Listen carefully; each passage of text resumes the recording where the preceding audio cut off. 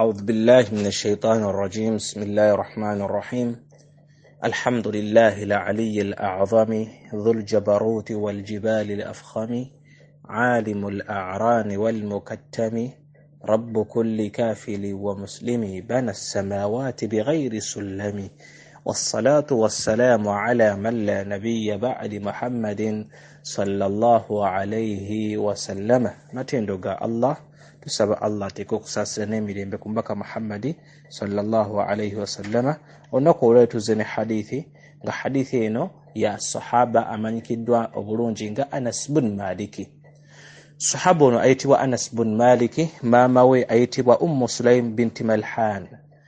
Sulaim binti Malhan aslama, yasiramuka oluvannyuma lw'okubeera nti baawe ayitibwa Malik, taata wa Anas bin Maliki yabeera nga bazaala omwana waabwe ayitibwa Anas bin Maliki. Oluvannyuma Maliki ono kutila, yattibwa. Nga amaze okubeera nga attibwa, waliwo omusajja yajja ayitibwa Abu Talha. Abu Talha yajja eri Sulaimu n'abeera nga amugamba nti munne waategedde njagala kuwasa, njagala kubeera nga nkuwasa. فقالت له Sulaimu n'abeera nga addamu Abu Talha n'amugamba nti fa inni fiika la raghiba, butuufu Abu Talha nange nkwagadde, beera nga nkwagadde. Wama bimithlika yuraddu, tedyo kiyinza kubeera nga kigaana kubeera nti tuwasaŋŋana, walakinnaka, naye ate obuzibu obuliwo, anta rajulun kafir, igoli musajja toli musiraamu, wa ana imra'atun muslima, naye ate nze mwana wattu ndi musiraamu.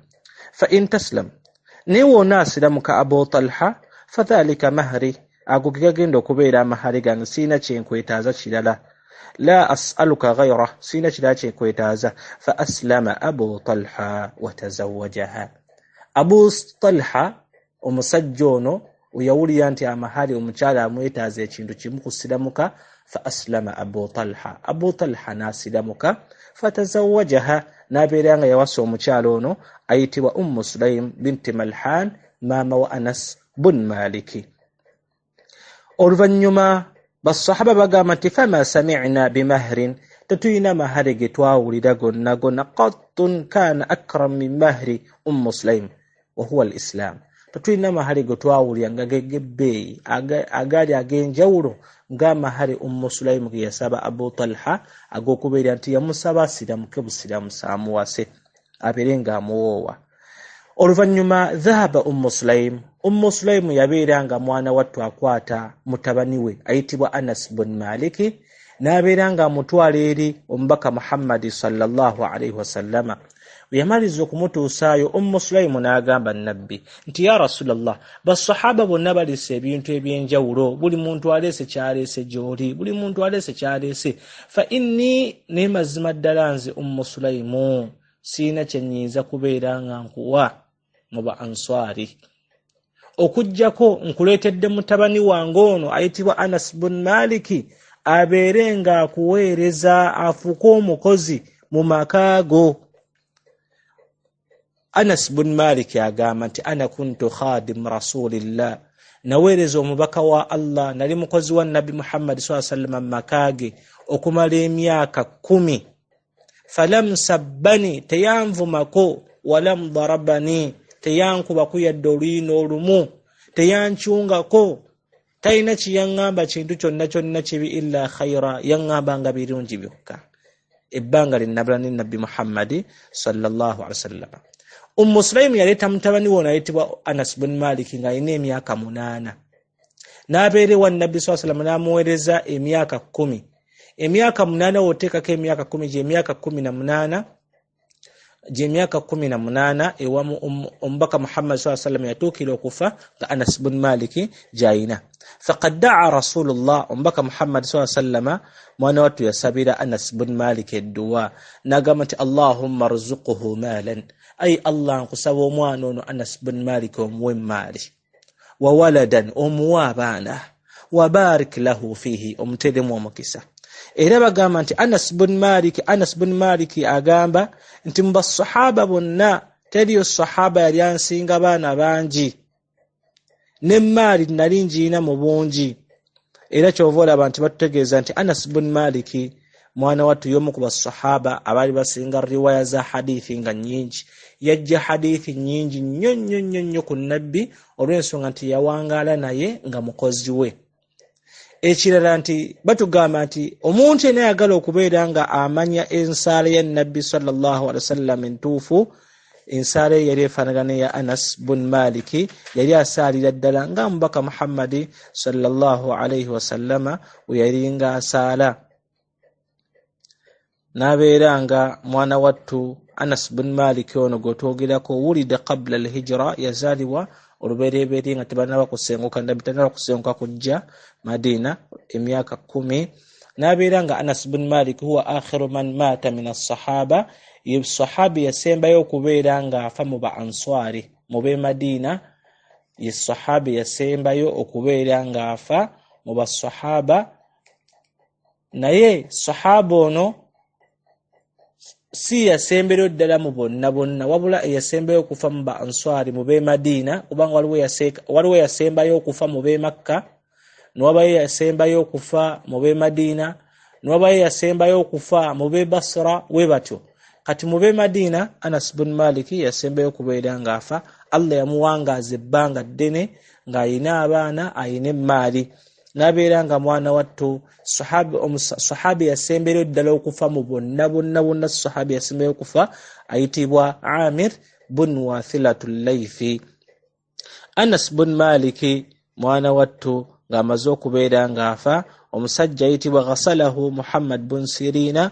Omusajja ayitibwa Muhammad bin Sirina yamunaaza, n'abeera nga mwana wattu dufina fi qasrihi ala al-farsakhaini, yabeera nga aziikibwa mu lubiri lwe olusangibwa e Farsakhaini mu kibuga ekiyitibwa Basra.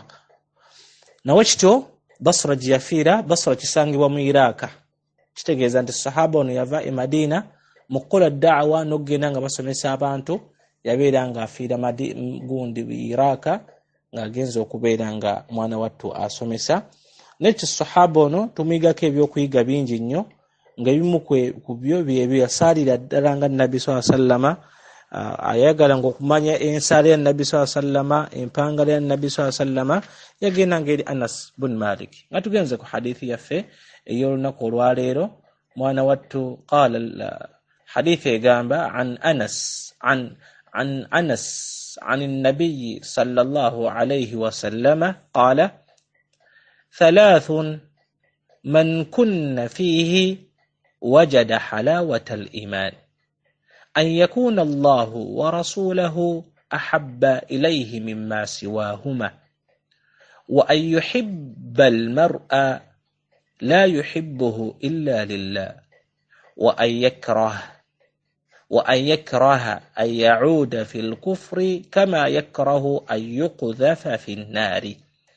حديثي جيجانا مكروغايو عن أنس عن النبي صلى الله عليه وسلم. حديثي بكو أنس أجيتون المزا نجيجكم بك محمد صلى الله عليه وسلم قال نبي أغامبا 3 ebintu bisatu man kunna fihi senga Allah kuyamba nobeeranga obifuna ebintu bino ebisatu wajada halawatal iman, oba omaze okufuna obuwoomerevu bw'obukkiriza. Ekintu ekisookera ddala an yakuna allaha wa rasulahu ahabba ilayhi mimma siwahuma, okubeera nga Allah n'omubaka we Muhammad sallallahu alaihi wasallam ahabba ilayhi, nga bw'osinga okwagala mu mutima gwo, mimma siwahuma, okusinga ebintu byonna ebiri ku nsi, okusinga bakadde bo, okusinga famire yo, okusinga emaali yo, okusinga obulamu bwo. Wa an yuhibba almar'u la yuhibbuhu illa lillah, ekyokubiri n'okubeera nti toyina muntu yenna gw'oyagala. Wa an yuhibba almar'u, okubeera nga omuntu yenna gw'oba oyagadde, la yuhibbuhu, tomwagala illa lillah, okujjako ng'omwagala ku lwa Allah. nga gwe buli muntu yenna gw'oyagala omwagala ku lwa Katonda. Wa ayakrah, n'okubeera ng'otamwa. Kimu ku bintu ebisatu. Ekyokusatu, wa ayakrah, omuntu okubeera ng'atamwa ayauda fil kufri, okubeera nga addayo mu bujeemu. Kama yakrah, nga waatamwera ayuqdhafa fi nnaari, okukasukibwa mu muliro okumwokya. Hadithi eno tufunamu ebyokuyiga bingi, ng'ebimu ku byo omuntu yenna tasobola kubeera mukkiriza okutuusa nga asoose kwagala Allah. Walladhina amanu, Allah agamba nti walladhina amanu, abayitibwa abakkiriza, ashaddu hubban lillah, basinga kwagala Allah.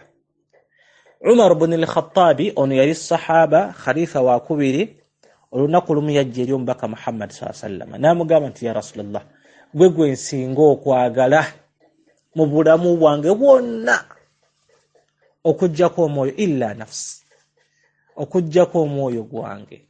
Yamugamba nsobola okukugwirawo, nkufiiririra okujjako omwoyo gwange. Faqala lahu nabi sallallahu alaihi wasallam, nabi sallallahu alaihi wasallam n'agamba Umar ibn al-Khattab, n'amugamba nti lidhalika, oba wote ogambe lam yakmil imanuka, imaani yo tennaba kujjula Umar mutabani wa Khattab. Umar ibn al-Khattab oluvannyuma n'agamba nabi ti ya Rasulullah, nkwagala n'okusinga omwoyo gwange. Yani kyategeeza nti nkwagala, nsobola okwewaya at least nze n'enfa gw'osigalewo. N'amugamba nti lidhalika qad akmalat imanuka, imaani ye emaze okujjula mutabani wa Khattab. Kitegeeza nti omukkiriza yenna oteekeddwa okubeera nti Allah gw'osinga okwagala, n'ozzaako omubaka Muhammadi sallallahu alayhi wasallama. Ekyokubiri, okubeera nti buli muntu yenna gw'oteekeddwa okwagala, la yuhibbuhu illa lillah, mwagale ng'omwagala ku lwa Katonda. Oba oyagala bakadde bo, baagale ku lwa Allah. Obeere ng'olongoosa gye bali, tuhsin ilayhima, longoosa gye bali. Hadithi endala mbaka Muhammad sallallahu alaihi wasallam yabuuzibwa man ahabbu sahaba, mbaka Muhammad sallallahu alaihi wasallam yabeeranga omusajja omu ajja n'amubuuza, n'abeeranga amugamba nti ani gwe maasinga okubeera nga njagala, fi husni sahabati, ani gwe manfuula mukwano gwange nfanfe. N'abeeranga amugamba ummuk, maama wo. N'amugamba ate nzizeekaani, n'amugamba zzaako maama wo. N'amugamba nzizeekaani fi husni sahabati, gwe nyina okufuula mukwano gwange ddala. N'amugamba zzaako maama wo, emirundi esatu. Ku gwokuna n'amugamba taatawo. Kakati omaliza okubeera nti oyagadde Allah n'omubaka Muhammad sallallahu alaihi wasallam, zzaako okubeera nti oyagala bakadde bo, obeere ng'olongoosa gye bali, tobakambuwalira.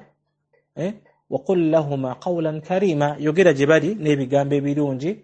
Wakhfir janaha lahuma min adh-dhulli, kakkanya ebiwawaatiro byo, buli wotuuka eri bakadde bo teri kigaana kufukamira.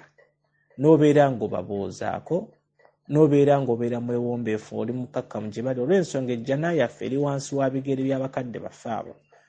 Era khaba wa khasra, zimusanze alabye nnyo eyalekulira bakadde be, oba oyo bakadde be gwe bakola ki, gwe babeera nti bamuyinamu okwemulugunya.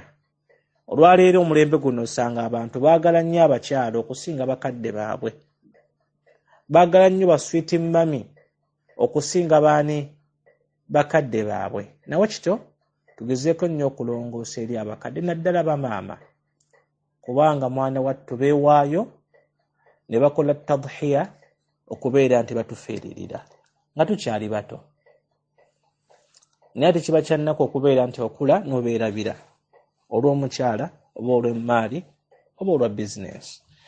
N'agamba ekyokusatu, wa ayakraha an yauda fil kufri, n'okubeera ng'otamwa, okubeera ng'odda mu bukaafiiri, okubeera ng'oddeyo mu bwononefu. Obeera nti wali wasiramuka busiramusi, oteekeddwa okubeera nti teweegomba n'olunaku n'olwo kubeera nti oddeyo mu bukaafiiri, oba okubeera ng'olokoka. Kino tekikkirizibwa. Omuntu asobola okuddayo n'agamba nti ye bannange era abo abalokole maama baamala. senga naffe tubeeranga abalokole, singa naffe tubeeranga abakatuliki, ebintu ng'ebyo musiraamu tabyogera. Laba bannaffe bali organized, ebintu ng'ebyo musiraamu takola ki? Tabyogera. Tuteekeddwa kubeera nti weegomba ebintu ebiri sayidi z'eddiini eri endala, wabula oteekeddwa okubeera nti omatya n'ekyo Allah kye yakusiimiranga bwe busiraamu, wa ayakraha okutya okubeera nti oddeyo mu bukaafiiri nga wooti okusuula mu muliro, n'okubeera nti obeera nga olina ezzambi lye waliko ng'olikola emabega eyo noweenenya, okubeera nti otya okudda ku zzambi eryo. Wobeera nti olina embeera gye walimu, mwali mu bwenzi, mwali mu ki, n'obeera ng'otamwa okubeera ng'oddayo mu bwenzi, ng'otamwa okuddayo mu bubbi, otamwa okuddayo mu mazambi ag'enjawulo abantu ge mutera okubeera nti tuwangaalirako, okubeera nti otamwa nga wootamwa okukusuula mu muliro. N'ekyo hadithi tujja kubeera nga tugikomyawo. Wa barakallahu fikum.